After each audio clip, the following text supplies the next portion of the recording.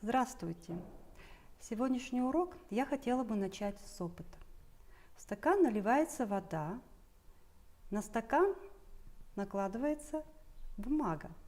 Бумагу можно придерживать рукой. Стакан переворачивается, руку от бумаги можно убрать.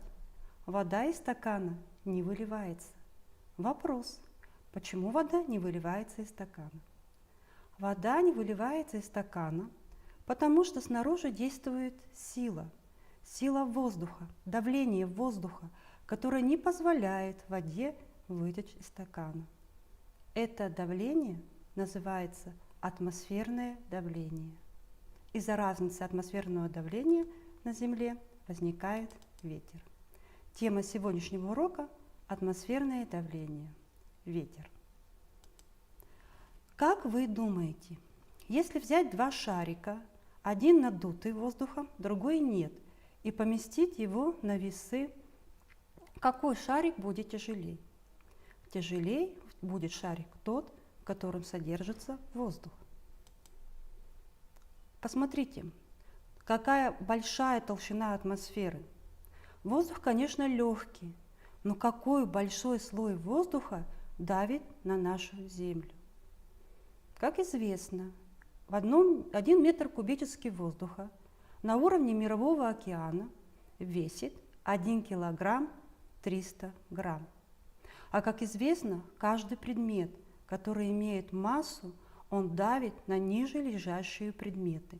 Также давит и воздух на земную поверхность, образуя при этом атмосферное давление.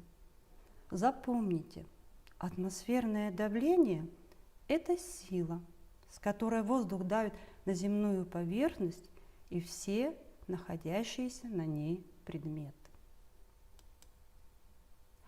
Впервые о существовании атмосферного давления было сказано только в XVII веке Торричелли Эванжелиста. Это итальянский физик и математик, ученик Галилео. И он первый изобрел прибор, который измеряет атмосферное давление. Этот прибор называется ртутный барометр. Барос в переводе с греческого означает тяжесть, груз. Посмотрите, пожалуйста, как устроен ртутный барометр. Ртутный барометр из себя представляет трубку стеклянную, которая имеет высоту 1 метр. Эта трубка запаянная с одной стороны и свободная с другой. В трубку наливается ртуть. Свободным концом трубка помещается в чашу, в которую тоже налита ртуть. Вода здесь отсутствует в этом опыте. Вы видите, что ртуть начинает выходить из трубки. Но не вся ртуть может из трубки выйти.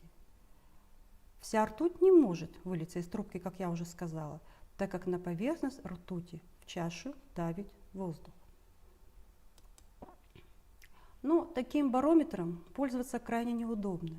И чаще пользуются барометром, который называется анероид. Это безртутный барометр. Нормальным атмосферным давлением считается давление на уровне моря на параллели 45 градусов к северу либо к югу от экватора при температуре воздуха 0 градусов. И это давление равно 760 миллиметров ртутного столба. Такое измерение в миллиметрах тоже не случайно, потому что барометр содержит единицы измерения.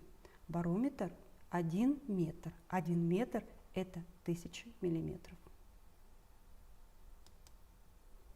Давление на Земле не одинаковое, оно меняется. Посмотрите, пожалуйста, как может меняться давление с высотой. На рисунке представлены 3 столба воздуха. Первый столб воздуха – это столб воздуха, который находится на высоте 760 миллиметров на уровне Мирового океана и имеет давление 760 миллиметров ртутного столба. Второй столб воздуха расположен на высоте 1000 метров над уровнем Мирового океана и имеет давление 690 миллиметров ртутного столба. Посмотрите, первый столб гораздо тяжелее, так как высота его гораздо больше, поэтому и давление оно имеет больше, 760 мм ртутного столба.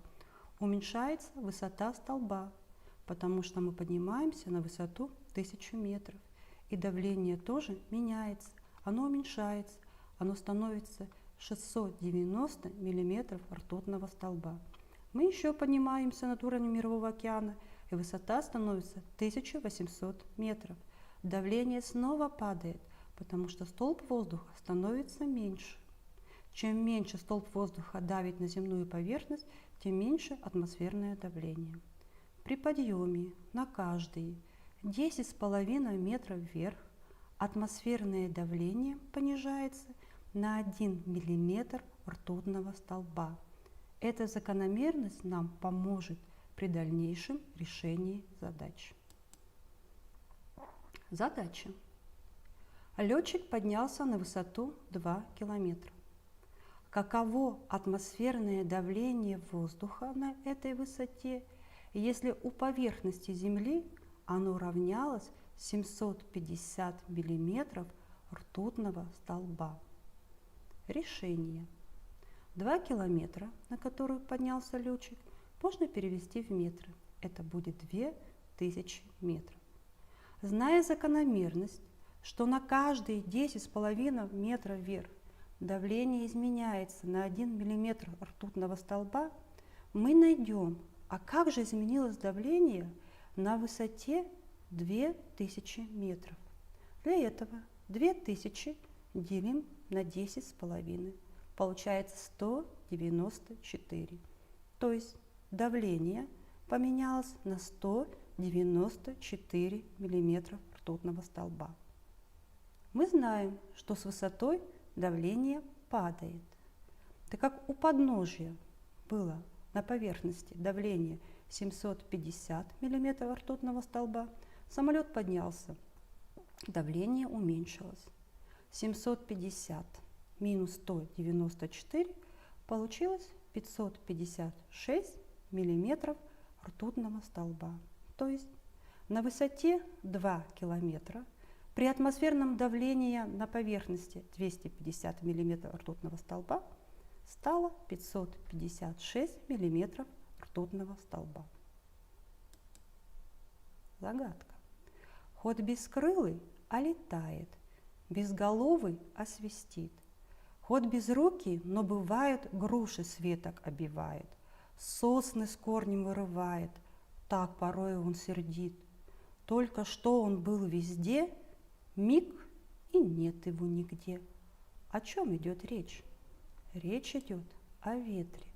Воздух находится в постоянном движении. Ветер – это движение воздуха в горизонтальном направлении.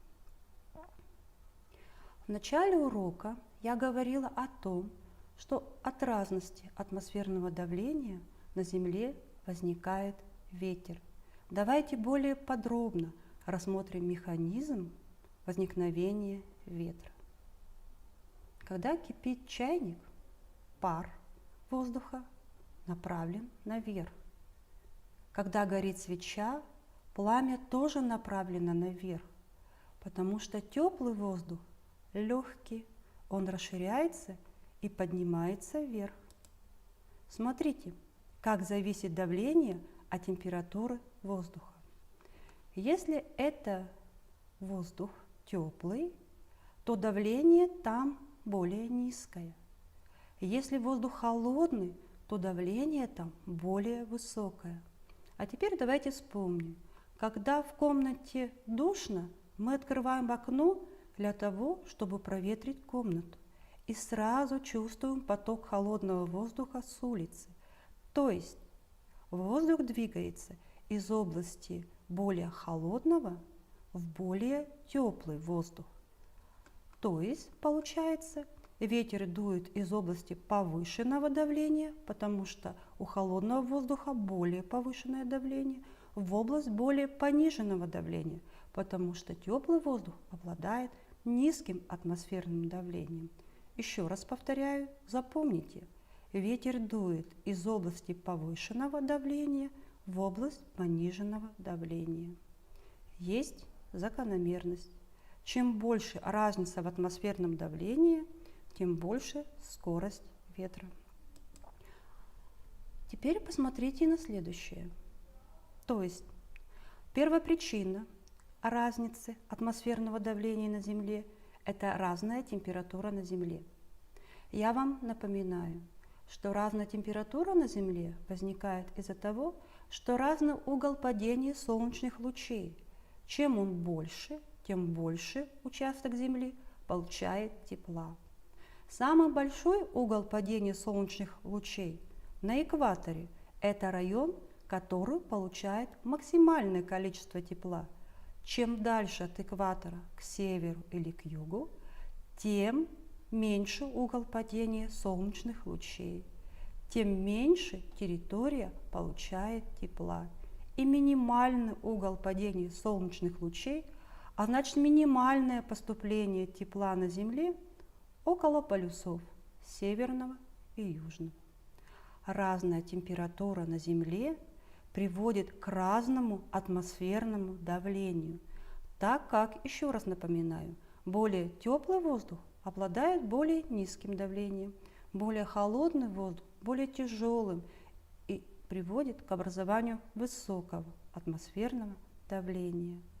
А разное атмосферное давление приводит к образованию ветра. Поэтому, если более широко рассмотреть определение, то оно звучит так.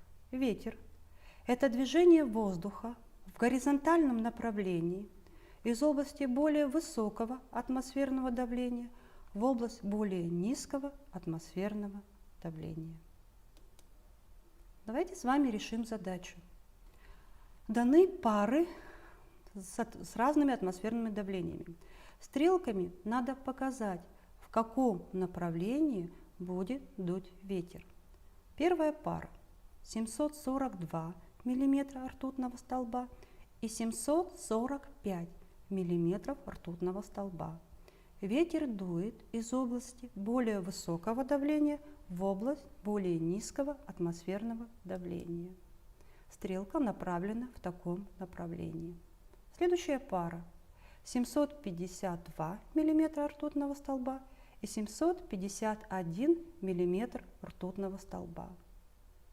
Воздух двигается из более высокого давления в более низкое.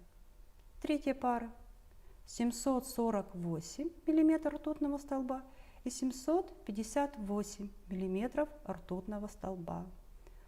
Ветер движется из более высокого атмосферного давления в более низкое атмосферное давление. Я напоминаю, что сила ветра зависит от разницы атмосферного давления. Чем больше разница атмосферного давления, тем более сильный ветер. Давайте посчитаем разницу атмосферного давления в наших парах. В первой паре разница атмосферного давления составила 3 мм, во втором 1 мм, а в третьей паре 10 мм ртутного столба. Поэтому именно в этой третьей паре ветер будет иметь максимальную силу. Есть ветры на Земле, которые постоянные.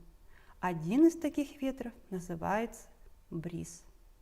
Бриз – это ветер, который возникает на берегу морей, крупных озер и меняет свое направление 2 раза в сутки. Давайте рассмотрим механизм образования бриза. Первая ситуация рассматривается ситуация днем. Суша днем очень быстро нагревается. Море нагревается гораздо медленнее. Суша днем нагрета гораздо быстрее. Поэтому посмотрите, плюс 23 на суше и плюс 15 всего на море.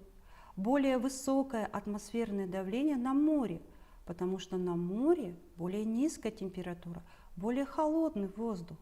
Поэтому днем бриз дует с моря на сушу с более высокого атмосферного давления более низкое атмосферное давление. Вторая картинка. Это бриз ночной. Ночью ситуация меняется. Еще раз повторяю, суша быстро нагревается, но и быстро остывает. Море долго нагревается, но и дольше остывает. Поэтому ночью более высокая температура на море, на суше более низкая. Если на суше более низкая температура, значит на суше будет выше давление. А ветер дует из области более высокого давления в более низкое. Поэтому ночной бриз дует из суши в сторону моря. Повторяю, дневной бриз дует с моря на сушу, ночной бриз наоборот. Есть еще один известный ветер постоянный, который называется муссоны. Муссоны возникают на берегу Тихого океана и меняют свое направление 2 раза в год. В нашей стране муссоны могут быть в Приморском крае. Посмотрите, какой механизм образования этого ветра. Летний муссон. Летом суша нагревается быстрее, она более теплая. Море, океан нагревается более медленно, поэтому там температура более низкая, значит давление более высокое. Поэтому летний муссон дует в направлении с моря на сушу, принеся при этом большое количество осадков. Зимний муссон меняет свое направление. Зимой суша остывает, поэтому там высокое давление. Море обладает другим качеством. Еще раз повторяю, море долго нагревается, но и долго остывает. Поэтому на море зимой более высокая температура, то есть более низкое атмосферное давление. Поэтому зимний муссон дует в направлении с суши на море. Есть специальные приборы, которые употребляют для того, чтобы измерить, например, направление ветра.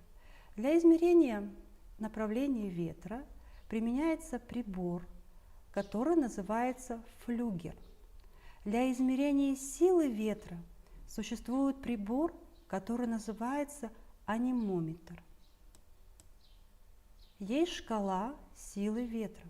Эта шкала была создана Бофортом еще в 1806 году. Он был английский адмирал. Для флота очень важно было всегда, особенно раньше, знать силу ветра. По этой шкале сила ветра измеряется в баллах. Максимально она составляет 12 баллов.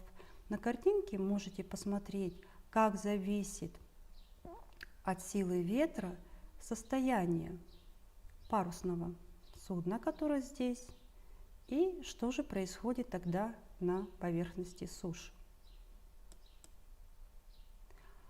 Каждый ветер называется по той стороне горизонта, откуда он дует.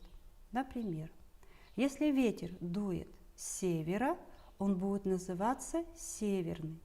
Северный ветер дует в направлении юга.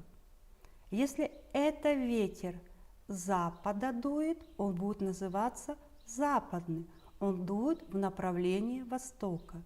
И наоборот, если ветер дует с востока, он будет называться восточный и дуть в направлении запада.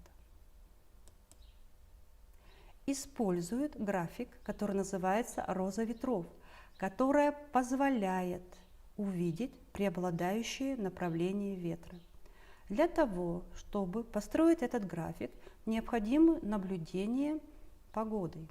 В эти наблюдения записываются по дням, сколько дней в месяце дул ветер одного или другого направления. Например, по таблице мы видим, что северный ветер дул 6 дней в месяц, восточный 3, южный 6, а западного вообще не было в этом месяце. Затем строится график и указаны стороны горизонта. Основные – север, юг, запад, восток. И промежуточные – северо-восток, юго-восток, юго-запад и северо-запад. Один отрезок будет равняться 1 дню. На шкале мы отмечаем количество дней, когда дул ветер, сколько дул ветер данного направления. Например, северный ветер дул 6 дней. Значит, на отрезочке, который северный, показывает северное направление, мы отмечаем 6 отрезочков и ставим точку. Далее, северо-восточный ветер дул 4 дня. Мы отмечаем 4 отрезочка и ставим точку. Западного ветра не было вообще в этом месяце, поэтому мы ставим точку там, где 0. Соединяем отрезочки линией. У нас получилась роза ветров. Ветер имеет огромное значение в жизни Земли. Мы с вами живем на большом расстоянии от моря. Ближайшее море к нам находится, от нас находится на расстоянии 2600 километров. И у нас никогда бы не было осадков, если бы не было ветра. Ветер приносит к нам осадки. Поэтому каждая дождинка, каждая снежинка, выпавшая в нашем городе, это гости из далекого моря. Так что ветер переносит влажный воздух с моря на сушу. Ветер передвигает парусные корабли на море. Корабли, на которых были открыты земли, совершены великие географические открытия, были парусные. Поэтому можем сказать, что ветер помог совершить великие географические открытия. Ветер разносит семена, поэтому растения могут путешествовать по различным странам и континентам. Ветер образует течения, которые также очень сильно оказывают влияние на природу Земли, в частности, на климат. Издревле человек научился использовать ветер для получения электроэнергии, строя ветряные мельницы. Ветер уносит загрязненный воздух. Когда долгое время отсутствует ветер, в городе появляется смог, который очень сильно ухудшает экологическое состояние города. Трудно дышать, и только ветер сможет эту ситуацию изменить. Урок закончен. Спасибо за внимание. Желаю всем удачи.